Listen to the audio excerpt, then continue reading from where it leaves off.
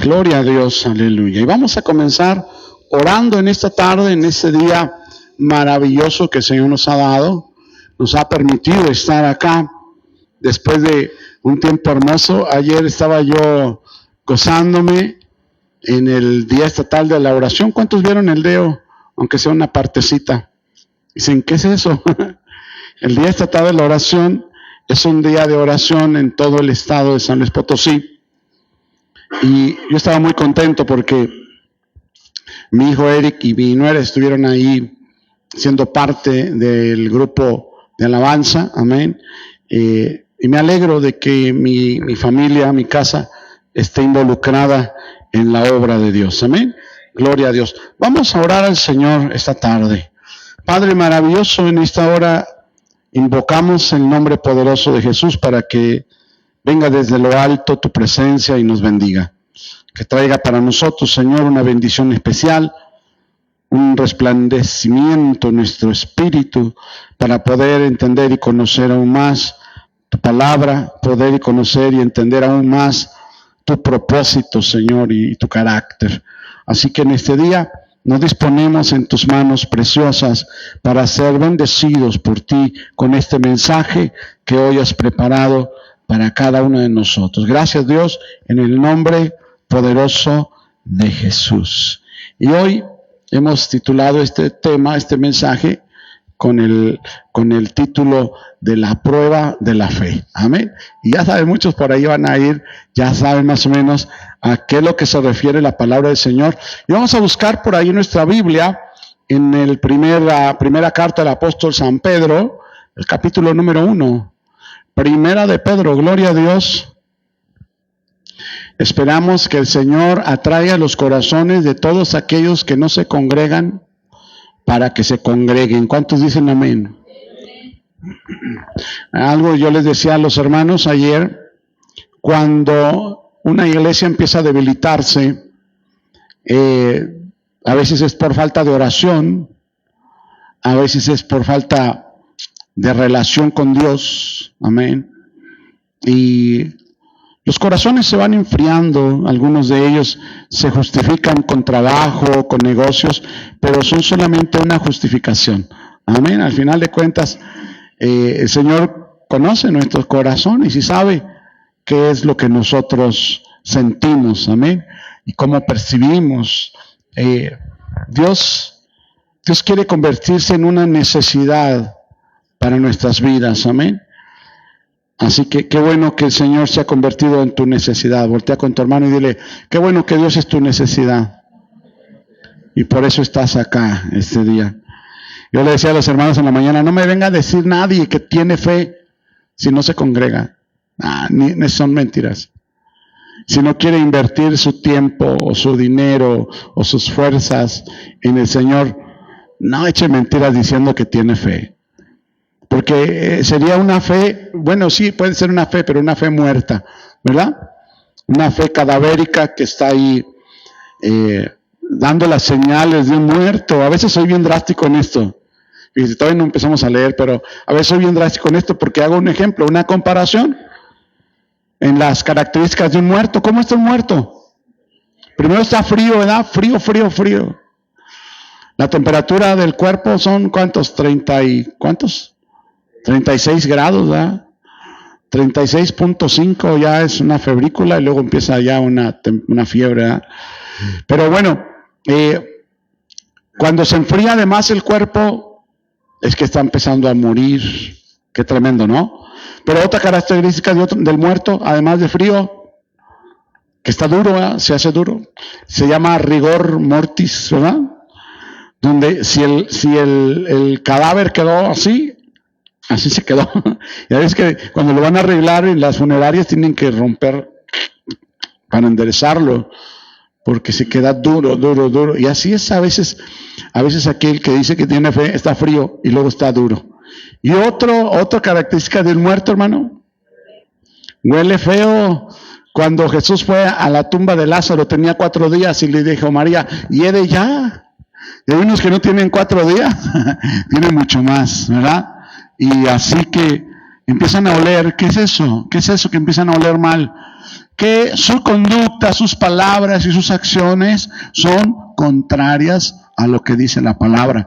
Ya después empiezan por ahí a maldecir, primero, ay Dios, y después ya ni mencionan a Dios, ya se les quita el freno de mano y se van de bajada con malas palabras, con malas actitudes, con música del mundo, con pecado y más pecado y más pecado. Entonces, así es como comienza a manifestarse la muerte en los que dicen que tienen fe, pero no la tienen. Una característica de un ser vivo es que está activo, tiene temperatura, tiene movimiento, ¿verdad?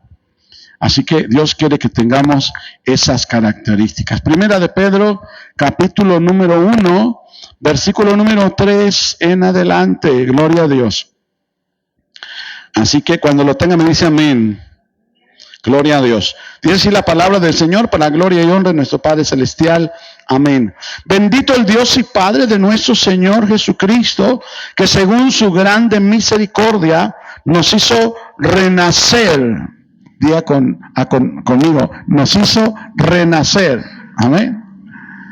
Fíjate nada más que hermoso. Dios nos hizo renacer para una esperanza viva, para la resurrección de Jesucristo de los muertos, para una herencia incorruptible, incontaminada e inmarcesible, revelada en los cielos para vosotros, que sois guardados por el poder de Dios mediante la...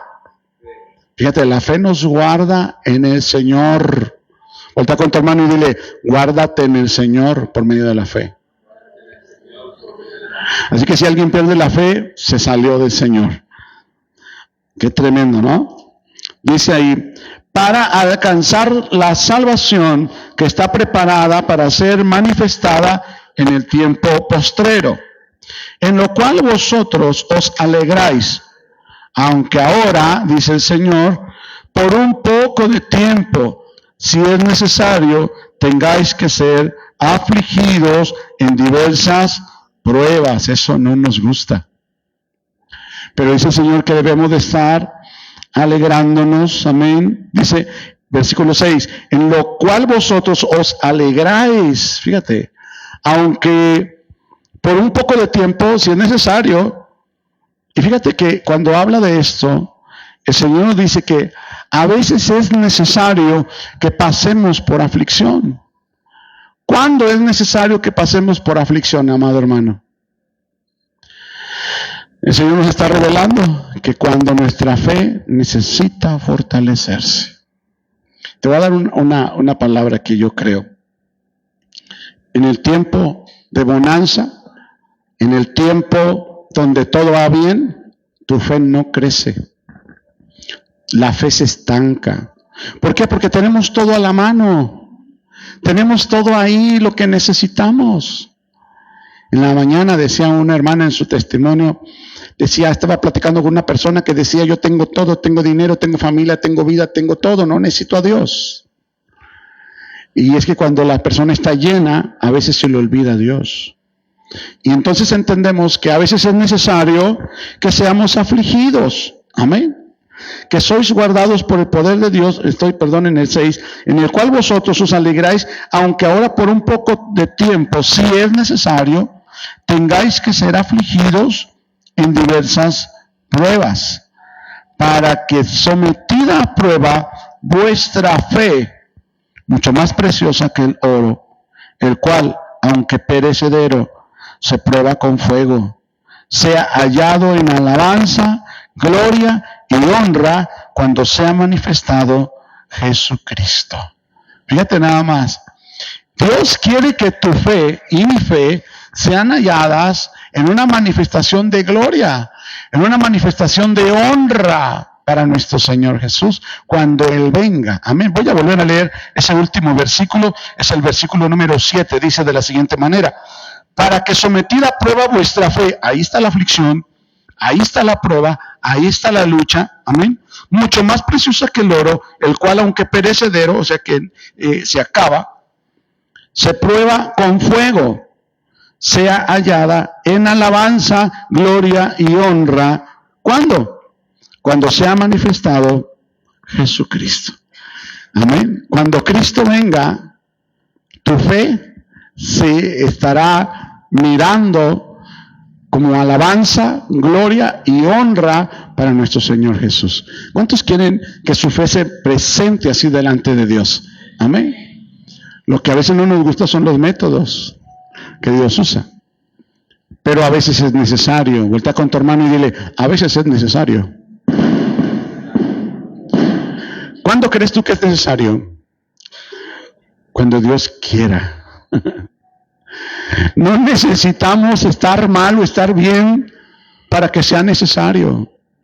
Aunque la mayor de las veces, cuando nos pensamos que estamos bien, entonces se vuelve necesario recordar de dónde venimos y de quién dependemos. Amén. Si somos del Señor, el Señor se va a mover para recordarnos por medio de una sacudida, de una zarandeada, de que necesitamos depender de Él. Amén. Así que a veces es necesario, pero ¿cuándo es necesario? Cuando es la voluntad de Dios. Ninguna prueba vendrá sin la voluntad de Dios. Eso se tiene que quedar bien grabado, bien claro en nuestras mentes y en nuestros corazones. Ninguna situación que acontece al creyente está fuera del conocimiento de Dios. Dios conoce todo lo que te pasa, todo lo que te está sucediendo, lo que ya te pasó y lo que te va a pasar. Dios tiene control de todo. Así que no tengas miedo. Dios tiene el timón de las pruebas. Él tiene el timón de las situaciones difíciles de tu vida. Solamente necesitamos confiar y creer. Pero qué difícil es creer. Amén. ¿Se te hace difícil creer? A mí sí. Pero con la ayuda de Dios es más fácil. Y quiero decirte que en el libro de Génesis, desde el capítulo 36 hasta el 41, nos narra la historia del trato de Dios para un hombre. El trato de Dios para un hombre con un propósito. Amén. Y no te estoy hablando de Job, porque esa es una historia aparte. Y no te estoy hablando de Abraham, que es una historia también aparte. Amén. Donde el Señor prueba la fe. ¿Qué es lo que produce la prueba de nuestra fe? Alabanza, gloria y honra, manifestadas en la presencia de Jesucristo cuando Él venga. Así que qué hermoso es para Dios probar nuestra fe. ¿No te gustaría a ti estar constantemente comprobando el amor de tus seres amados? No solamente con decir, yo sé que me quieren, sino que constantemente estar comprobando que en realidad te aman. Constantemente estar recordando y viendo las evidencias del amor de ellos hacia ti. Qué hermoso sería. Amén. Pues Dios también. Él prueba nuestra fe y prueba nuestra fe. No porque dude de nosotros, sino porque quiere que la fe en nosotros, la fe en cada uno de nosotros crezca. Amén. Porque, como dice la palabra que acabamos de leer, que también se prueba como el oro, que aunque es perecedero, se prueba con fuego. Así que el Señor prueba nuestra fe y lo prueba con fuego, para que nuestra fe, así como el oro, cada vez que es pasado por el fuego, el oro aumenta su valor. Así también nuestra fe, después de una situación, después de una prueba, después de una aflicción, después de pasar por una lucha, tu fe es más valiosa. Amén. Y vamos a comenzar a leer, amado hermano, ahí en Génesis. Gloria a Dios. Génesis capítulo número 36. Gloria a Dios. Perdón, 37. Gloria a Cristo. ¿Ya lo tiene? Del 1 al 4. Habitó Jacob en la tierra donde había morado su padre, en la tierra de Canaán. Y dice, esta es la historia de la familia de Jacob. José, siendo de edad de 17 años, apacentaba las ovejas. con sus hermanos, y el joven estaba con los hijos de Bilha y con los hijos de Silpa, mujeres de su padre, e informaba a José a su padre la mala fama de ellos, y amaba a Israel a José más que a todos sus hijos, porque le había tenido en su vejez, y le hizo una túnica de diversos colores, y viendo sus hermanos que su padre lo amaba más que a todos sus hermanos, le aborrecían y no podían hablarle pacíficamente. Esa es una de las primeras situaciones. Y mira, algo que me llama mucho la atención, que dice la Escritura, que así comienza la historia. Amén. Versículo 2 dice, esta es la historia de la familia de Jacob. Mira cómo comienza la historia de la familia de Jacob. Comienza con José. Qué maravilloso que Dios tome a este varón como el comienzo de la historia de una familia de renombre. Amén. Qué hermoso sería que cada uno de nosotros fuera el principio de la historia de una familia encumbrada, renombrada, de abolengo, reconocida. Bueno, pues la historia de la familia de Jacob comienza con José. José, un joven, ¿cuántos años tenía? 17 años. ¿Alguien aquí tiene 17? Levante su mano. Allá hay una persona, 17 años, Andrea. Pero mírate, de la edad de ella. Comenzó, y ¿sabes qué? Comenzó con el aborrecimiento de sus otros hermanos. Ninguno lo quería. Ninguno lo quería porque su papá lo quería más. Porque su papá le hizo una túnica de colores que tiene un simbolismo tremendo. En aquel tiempo los tesoros eran vestiduras. Eso era el botín que se llevaba, un botín de guerra, vestidos. No había una maquila que estuviera fabricando. Era muy costoso hacer, y la gente tenía 1 o 2 vestidos, si acaso, en toda su ropero. Pero qué extraordinario que José comienza a hacer la historia de una familia y comienza con rechazo. Sus hermanos no lo querían, sus hermanos lo aborrecían, y no podían hablarle pacíficamente. Si estuviéramos nosotros en los zapatos de José, ¿qué estaríamos pensando ahorita? Dios, ¿por qué yo? Dios, ¿por qué a mí? Señor, míralos. Y no vemos que José tenga una queja. Vamos a ir a otro versículo, ahí mismo, capítulo 37, pero vamos al versículo 18. Cuando ellos lo vieron de lejos, antes que llegara cerca de ellos, porque iba a visitar a sus hermanos, conspiraron contra él para matarle. Y tendieron el uno al otro, y dijeron el uno al otro, he aquí viene el soñador. Ahora pues venid y matémosle y echémosle en una cisterna y diremos, alguna mala bestia lo devoró, y veremos qué será de sus sueños. Qué tremendo. Seguimos leyendo. Cuando Rubén oyó esto, lo libró de sus manos y dijo, no lo matemos. Y les dijo Rubén, no derraméis sangre, echadlo en la cisterna que está en el desierto y no pongáis mano en él para librarlo así de sus manos, para hacerlo volver a su padre.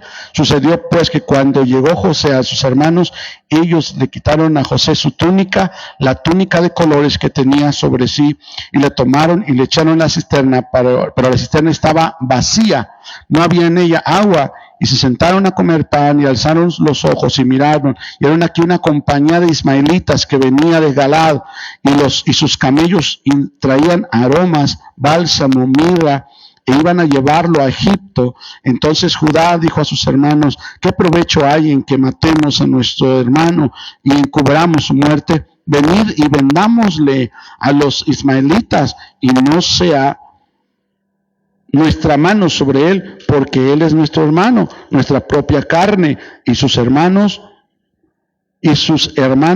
convinieron con él. Qué tremendo. Mira, estaban haciendo una conspiración para matarlo. Primero no lo querían.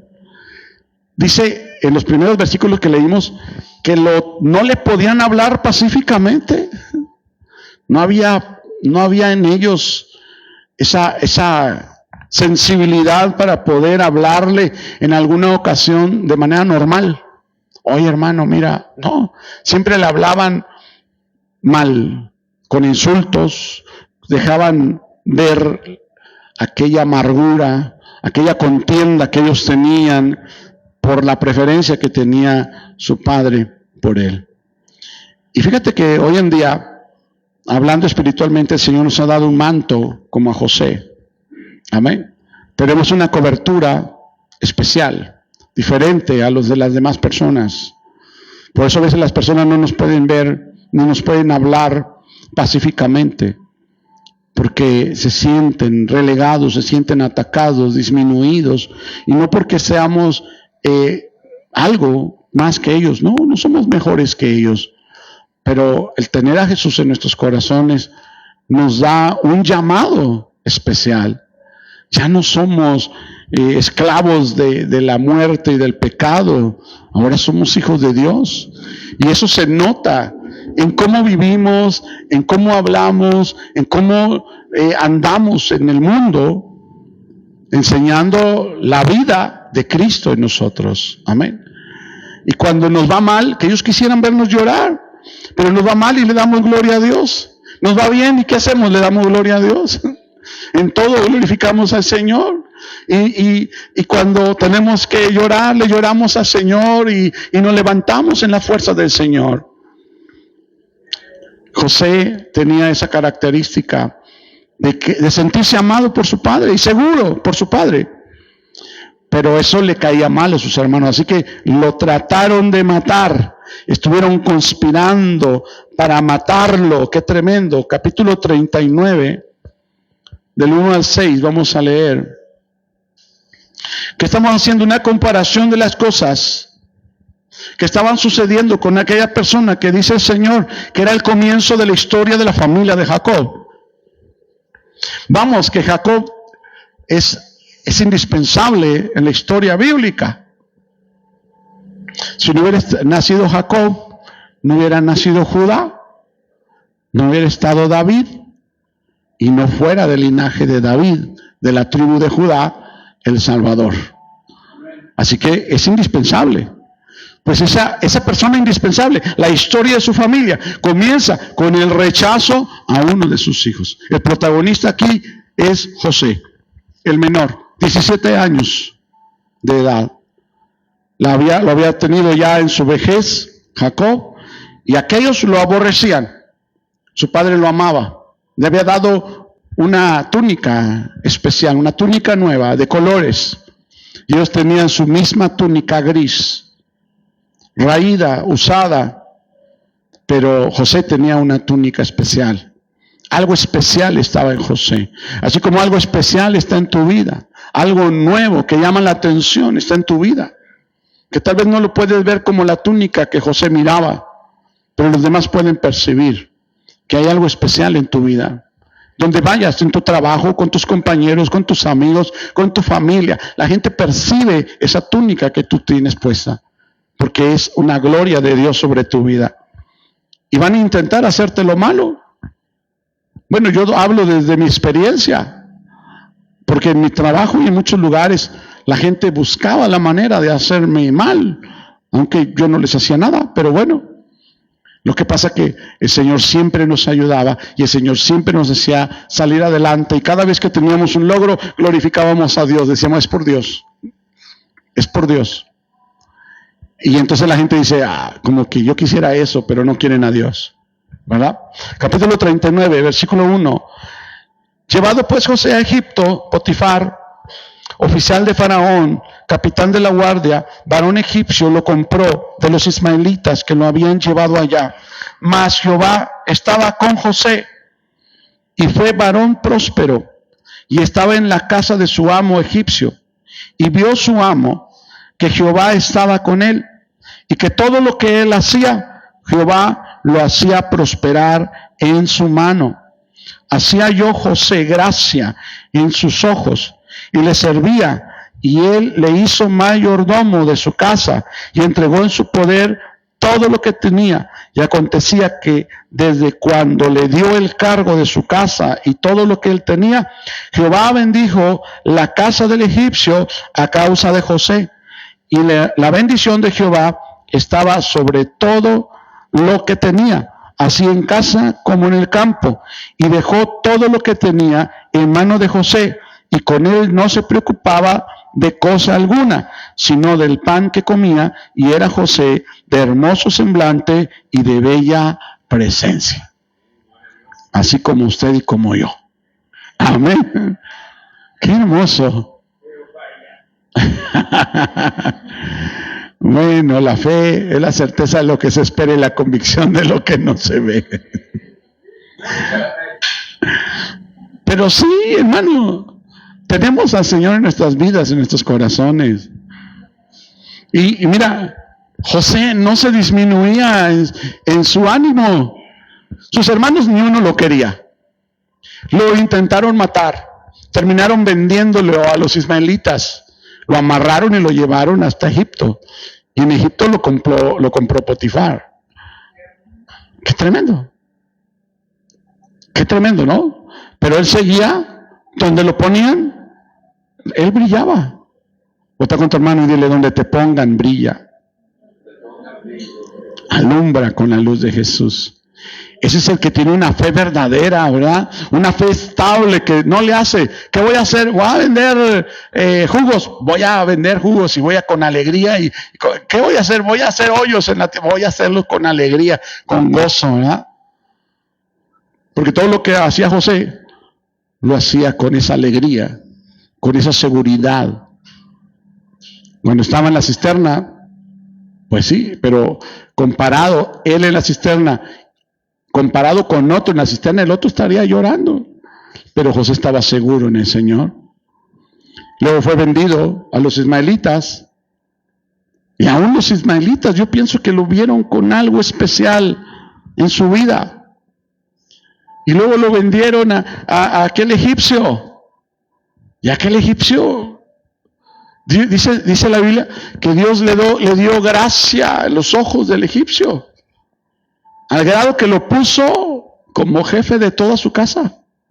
Y ya no se preocupaba Potifar de nada, de nada. Al cabo que ahí estaba José. ¿Sabes que Dios está buscando quien tenga el espíritu de este José? Que seas confiable. Que podamos entender y decir, bueno, no hay ningún problema porque aquí está el hermano, la hermana, y ellos son capaces y van a resolver, van a salir adelante. Y dicho sea de paso, me alegro mucho por los hermanos que me ayudan y nos acompañan, porque en otro tiempo cuando no estaba se detenía, pero ahora con el equipo que está ayudándonos, si yo no soy indispensable, ustedes tienen la capacidad y hay un equipo de hermanos que tienen el valor y la disposición para hacer el trabajo y la obra que el Señor nos encomendó. Dios les bendiga por eso. Amén. Pero se requiere que todos los que somos creyentes tengamos esa clase de fe, esa clase de disposición, esa confiabilidad. ¿La obra de Dios es vital o no? ¿Sí? Vamos a hablar de cosas vitales y cosas no vitales. Porque hay cosas importantes y cosas menos importantes. No quiero decir que no sean importantes, sino que son menos importantes. Y la obra de Dios es muy importante porque tiene que ver con la eternidad de cada persona. Así que la obra necesita avanzar, la obra necesita continuar. Y desde luego que dentro de los que están en la obra hay muchos que son de doble ánimo. Imagínate José que fuera de doble ánimo. Ya estaría abatido, tirado, derrotado, pesimista, lleno de situaciones calamitosas sobre su vida. Y ay, Señor, ya, ¿por qué no me quieres? Ya no voy. O sea, espérate. José no se rendía. Conozco, por ejemplo, Hace unos días que vino el hermano Sergio, yo agradezco mucho a Dios por la vida del hermano Sergio, porque en la situación en la que él está, en la situación en la que él estaba, yo le decía, hijo, échale muchas ganas.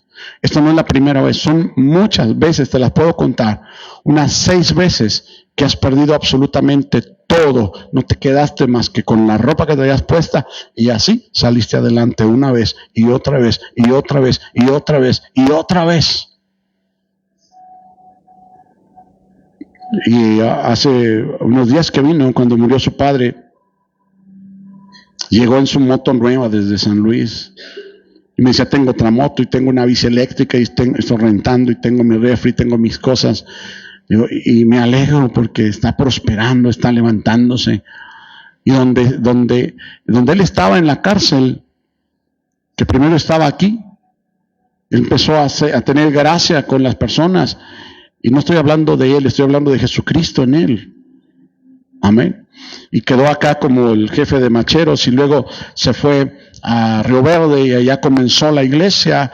Y la iglesia en Río Verde se llama Betel, porque aquí se llamaba Betel. Y la iglesia dentro de la cárcel en Río Verde se llama Betel, porque él comenzó a estar allí, estar allí, estar allí. Él les predicaba y luego pidió su cambio a Matehuala. Hermano, ¿qué interno pide su cambio? Lo cambian cuando él pide. Y Dios le dio gracia. Y lo llevaron a Matehuala y ahí también igual a predicar. Y hay fruto de la predicación. Y hablábamos el hermano Claudio y yo cuando íbamos aquí a la cárcel a predicarles la palabra y no nos imaginábamos que iba a haber un fruto como él, como el de Tano, el de acá de Allende, como el de Plasencia, como de otros más que escucharon el evangelio, porque no nos detuvimos. Y hablando de la gracia de Dios que está sobre las personas que han creído, José había creído en un propósito de Dios. José había tenido un sueño o 2. Y en esos sueños Dios le revelaba su posición. Amén. Porque eran la luna, el sol y las estrellas que se inclinaban delante de él. Porque eran aquellos manojos atados, 12 que estaban inclinándose hacia él. Y él creyó esa palabra. Y aunque estaba en la cisterna, él tenía esa palabra. Él la creyó. De camino a Egipto, amarrado de manos y pies con los ismaelitas, él tenía ese llamado. Cuando estaba en la casa de Potifar, él no se olvidó de ese llamado. Y después, ¿tú te acuerdas que la esposa de Potifar quiso meterse con él? Y entonces lo metieron a la cárcel, pero aún estando en la cárcel, hermano, cuando lo metieron a la cárcel, estoy hablando del capítulo número 39, pero del versículo 21 al 23, pero Jehová estaba con José. ¿Cuántas veces Dios ha dicho eso? Bastantes veces. Dios estaba con José, porque Él es la fuente de esa gracia. Y le extendió su misericordia y le dio gracia en los ojos del jefe de la cárcel. Y el jefe de la cárcel le entregó en mano de José el cuidado de todos los presos que había en aquella prisión. Todo lo que hacía allí, él lo hacía. Se convirtió en el jefe de la cárcel. No necesitaba atender el jefe de la cárcel cosa alguna de las que estaban al cuidado de José, porque Jehová estaba con José y lo que él hacía, Jehová lo prosperaba. Qué tremendo, ¿no? Y luego cayeron ahí el copero y el panadero del rey y tuvieron cada uno un sueño. Y José por el Espíritu Santo, se los explicó lo que iba a pasar. Y les dijo, pero no te olvides, cuando esto suceda, no te olvides de mí. ¿Y qué pasó? Se les olvidó. Se les olvidó. Y no podían, y él se quedó ahí todavía metido en la cárcel, pero él no recriminó, no hizo ahí un berrinche, no culpó a Dios, porque eso sí, tenemos una característica, estoy haciendo un paréntesis en este consejo que estamos hablando. Muchas personas le voltean el rostro a Dios y se van de su presencia, se alejan de la iglesia. Y estando en el mundo, les va mal. ¿Y sabes qué hacen? Culpan a Dios. No, Dios, que tú no me quieres. Te saliste de su cobertura. Huiste de su presencia. Si estando en la presencia de Dios, tenemos luchas y pruebas. Ahora estando lejos, con mayor razón. La diferencia es que las luchas y las pruebas, tomados de la mano de Dios, las pasamos fácil, rápido. ¿Has visto personas que pierden un ser amado, pero ellos son cristianos?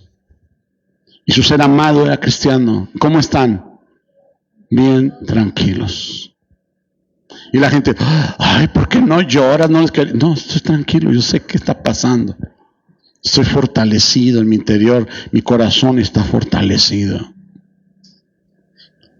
Hay unos que dicen que son cristianos y cuando pasa eso están ahí arrancando la ropa y aventándose al hoyo juntamente con el que van a sepultar y gritando y jalándose los pelos y no comen y no. Hermano, les falta fortaleza de parte de Dios. No es que no nos duela la pérdida de un ser amado, nos duele. Pero esas luchas tomadas de la mano de Dios son más fáciles de llevar. Amén.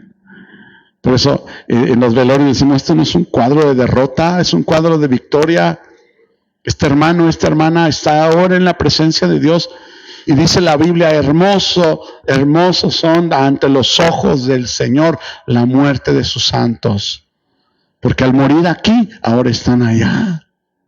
Amén. Pablo lo dice, quisiéramos estar allá, pero mientras estamos aquí vestidos en este cuerpo, quisiéramos estar desvestidos de este cuerpo para estar presentes allá. Y yo no sé qué pedir. Si pedirle al Señor que ya me lleve porque estoy allá bien con Él, o que me quede aquí más tiempo por causa de ustedes, para predicarles a muchas personas. Amén. Y él decía, para mí el vivir es Cristo y morir es ganancia. ¿Cuántos quieren la ganancia? Como que le dudaron. Pablo lo dijo, para mí vivir es Cristo. Si el vivir para ti no es Cristo, entonces morir es pérdida. Porque vas a perder la oportunidad de entregarle tu vida total al Señor. Pero si para ti el vivir es Cristo, morir es ganancia. Amén. Gloria a Dios. Así que vemos ahora a un José que, odiado por sus hermanos, echado en una cisterna, lo querían asesinar, lo vendieron a los ismaelitas. Los ismaelitas lo vendieron a los egipcios. Los egipcios lo compró un hombre soldado y luego lo metieron a la cárcel y luego le dio la respuesta del sueño a aquellos hombres y se olvidaron de él. Pero Dios tenía preparado el día hasta que Faraón tuvo un sueño.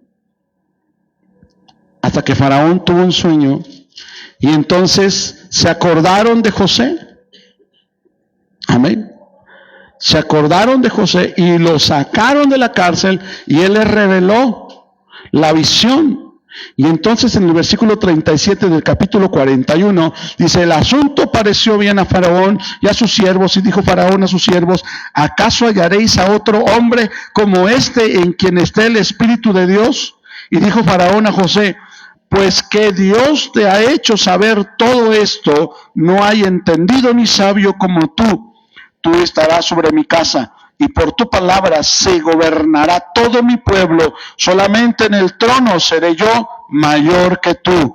Dijo además Faraón a José, he aquí, yo te he puesto sobre toda la tierra de Egipto. Entonces Faraón quitó su anillo de su mano y lo puso en la mano de José y lo hizo vestir de ropas de lino finísimo y puso un collar de oro en su cuello y lo hizo subir en su segundo carro y pregonaron delante de él doblar la rodilla y lo puso sobre toda la tierra de Egipto.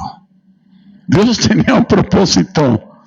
Para el sufrimiento que estaba pasando, Dios tenía un propósito. Voltea con tu hermano y dile, para el sufrimiento que estás pasando, Dios tiene un propósito. No hay nada que se le oculte a Dios. Dios tiene el timón de todas las pruebas y todas las situaciones que estás pasando en tu vida. No hay nada que se le haya olvidado. No hay nada que se le vaya de la mano. Dios tiene control de todo. Pero Él quiere probar la fe. Y al probar la fe, leíamos en la carta primera de Pedro. Amén. Volvamos a leerla. ¿Qué quiere Dios por medio de probar nuestra fe? Bueno, el Señor quiere, primera de Pedro, versículo 7, para que sometida a prueba vuestra fe, mucho más preciosa que el oro, el cual aunque perecedero se prueba con fuego, se ha hallado en alabanza, gloria y honra, cuando se ha manifestado Jesucristo, a quien amáis sin haberle visto, en quien creyendo, aunque ahora no lo veáis, os alegráis con gozo inefable y glorioso. Santiago, capítulo 1, nomás dele para atrás tantito. Versículo 2 y 3. Capítulo 1, versículo 2 y 3 y en adelante dice: hermanos míos, escuchen la voz de Dios hablándole. Hermanos míos, tened por sumo gozo cuando os halléis en diversas pruebas, sabiendo que la prueba de vuestra fe produce paciencia. Mas tenga la paciencia su obra completa, para que seáis perfectos y cabales, sin que os falte cosa alguna.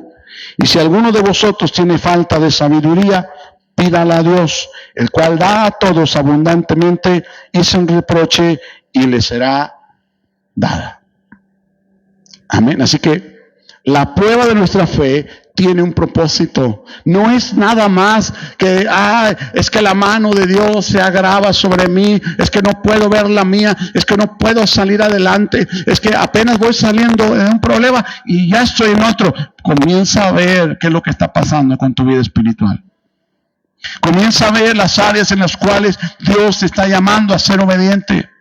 Comienza a ver aquellas situaciones en las cuales no has puesto atención. Ora a Dios para que el Espíritu Santo te revele qué es lo que hay que arreglar, qué es lo que hay que acomodar, o para qué Dios quiere hacer esa fe más grande en ti.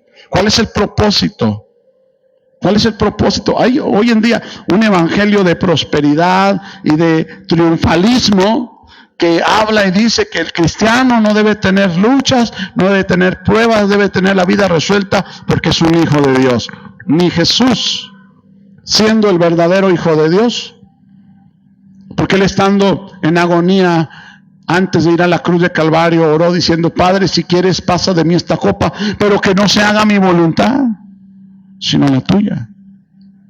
Yo le preguntaba a los hermanos, cuando Jesús oró: Padre, si quieres pasa de mí esta copa, ¿qué es lo que tú crees que Jesús quería? ¿No ir a la cruz? ¿No sufrir? Porque seguramente era doloroso.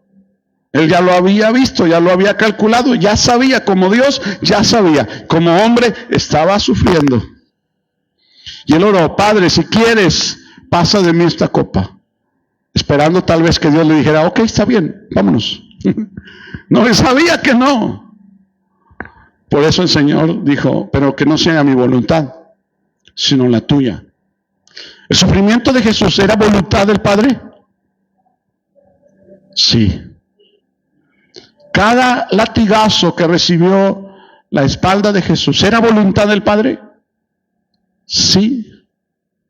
Sí, hermano. Vino Jesús a cumplir toda la ley. No crean que he venido a abrogar, vengo a cumplir, porque ni una jota, ni una tilde de la ley, de la palabra que está relacionada con Jesús, se dejaría de cumplir. Todo, al pie de la letra, tenía que cumplirse todo lo que habló la ley y los profetas al respecto de Jesús. ¿La corona de espinas era voluntad de Dios? Sí. sí. Pero Jesús abrazó la voluntad de Dios. ¿Y cuál es el propósito? Que no hubiera nadie más en todo el universo que pudiera sufrir más que Jesús, que pudiera humillarse más que Jesús. Jesús debía de ser humillado hasta lo sumo, como dice su palabra. Sufrir todo lo impensable, para que no hubiera nadie que pudiera superarlo en lo que Él sufrió, en lo que Él se entregó, para ser Él el único capaz de traer salvación y perdón de pecados para el ser humano. Por eso era voluntad del Padre, era voluntad de Dios su sufrimiento. Dijo Él, a la verdad el Hijo del Hombre va, pero hay de aquellos por los cuales es entregado. Así que Él iba a ir a la cruz, sí, pero también estaban siendo probado el corazón de aquellos que estaban ahí, que lo entregaron, porque no se iban a dar, no iban a ser dados por inocentes. Así que la prueba de nuestra fe produce paciencia, y cada vez que nuestra fe es probada, nuestra fe es hallada más valiosa que el oro, que aunque es perecedero, se refina con fuego, y cada vez que es pasado por fuego, el oro alcanza un valor mayor.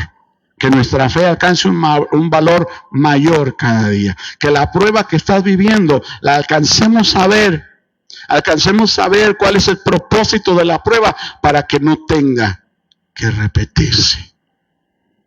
Porque a veces es necesario, cuando no entendemos, cuando no nos rendimos, a veces somos tan duros de corazón que no nos rendimos. Y Dios nos da una oportunidad, y luego otra, y viene una prueba, y viene otra. ¿Sabes? Los que van a la escuela y no aprueban el examen, no pueden salir. Hasta que aprueben el examen, y no lo pasa otro, y no lo pasa otro, y no lo pasa otro. Ya no sé cuántas oportunidades les dan ahora, pero antes, ya terminaron, dicen, ok, ya pásale. Pero, hermanos, las pruebas son para superarlas y llegar al siguiente nivel, donde la prueba en el siguiente nivel será mayor. Pero cada vez estamos preparados, cada vez tenemos más gracia de Dios, cada vez entendemos más a Dios, y cada vez que entendemos más a Dios, se hace menos necesario que seamos probados. Amén. Porque, hermano, cuando Dios conoce el corazón, se hace menos necesario que Dios nos pruebe. Amén. Ahora, aunque no precisamente Dios se sujeta a lo que nosotros pensamos, porque cuando Dios probó a Job, ¿era necesario que Dios probara a Job? Pues no, porque el mismo Dios dijo, ¿no has considerado a mi siervo Job, el único justo, recto, temeroso de Dios y apartado del mal? ¿Habrá alguien como él? No. Y si aún a él Dios le permitió a Satanás que lo tocara para glorificar su nombre, imagínate nosotros. Así que necesitamos, amados, entender que nuestra fe es probada, y que después de que nuestra fe es probada, encontraremos victoria, encontraremos beneficios, encontraremos bendición. ¿Cuántos dicen amén? Así que, amados hermanos, en esta noche vamos a estar de pie para orar al Señor. Y muchos se sorprendieron porque faltan 15 para las 8, dice el hermano. Ahora no nos dijo que se iba a ir más temprano. Bueno, Dios tiene propósitos. Oremos al Señor. Padre, en este día, Señor, te damos gracias porque tú has sido bueno con nosotros, y esta palabra que tú nos has traído, Señor, nos ha edificado, nos ha movido, Señor, para entender y comprender que solamente tú tienes, Señor, ese conocimiento de los propósitos de lo que pasa en nuestra vida. Y hoy entendemos por lo que pasó José, Señor, que había pruebas, Señor bendito, que estaban de cierta manera guardándolo, Señor. Lo tuviste en una cisterna, lo tuviste, Señor, en las manos de los ismaelitas, lo tuviste, Señor, retenido entre los que los vendían, Señor, cuando lo compraron, ahí lo tuviste retenido en la casa de Potifar. Luego, Señor, lo llevaste a la prisión y ahí lo retuviste, Señor, hasta el tiempo en que fue necesario que él saliera a la luz y lo encumbraste, Padre. Gracias, Dios, porque nos haces entender y comprender que tu voluntad es perfecta, que tu sabiduría es sublime y que no hay nada ni nadie que nos pueda apartar de ti ni de tu amor. Señor, en esta noche te damos gracias porque tú has sido bueno con nosotros, porque nos has bendecido abundante y ricamente y nos has traído, Señor, a este entendimiento, que la prueba de nuestra fe produce paciencia. Pero, Señor, que esa fe que se produce en la prueba tenga, Señor bendito, su obra completa, para que nuestra fe sea hallada en alabanza, gloria y honra para Jesús en el día de su manifestación. Te adoramos y te damos gloria, porque cada vez que somos probados, crecemos y entendemos un poco más. Gracias, papá, en el nombre poderoso de Jesús. Amén y amén. Aleluya. Den un aplauso a Jesucristo. Amén. Gloria a Dios. Santo. Santo eres, Señor. Amén. Gloria a Dios. Bien, hermano, puede tomar su lugar. Y en esta hora nos despedimos de las redes sociales. Dios bendiga a todos nuestros amigos que nos han visto y a aquellos que verán este programa. Les bendice su amigo, el pastor Israel Vallejo, desde Oasis, Cerritos, San Luis Potosí.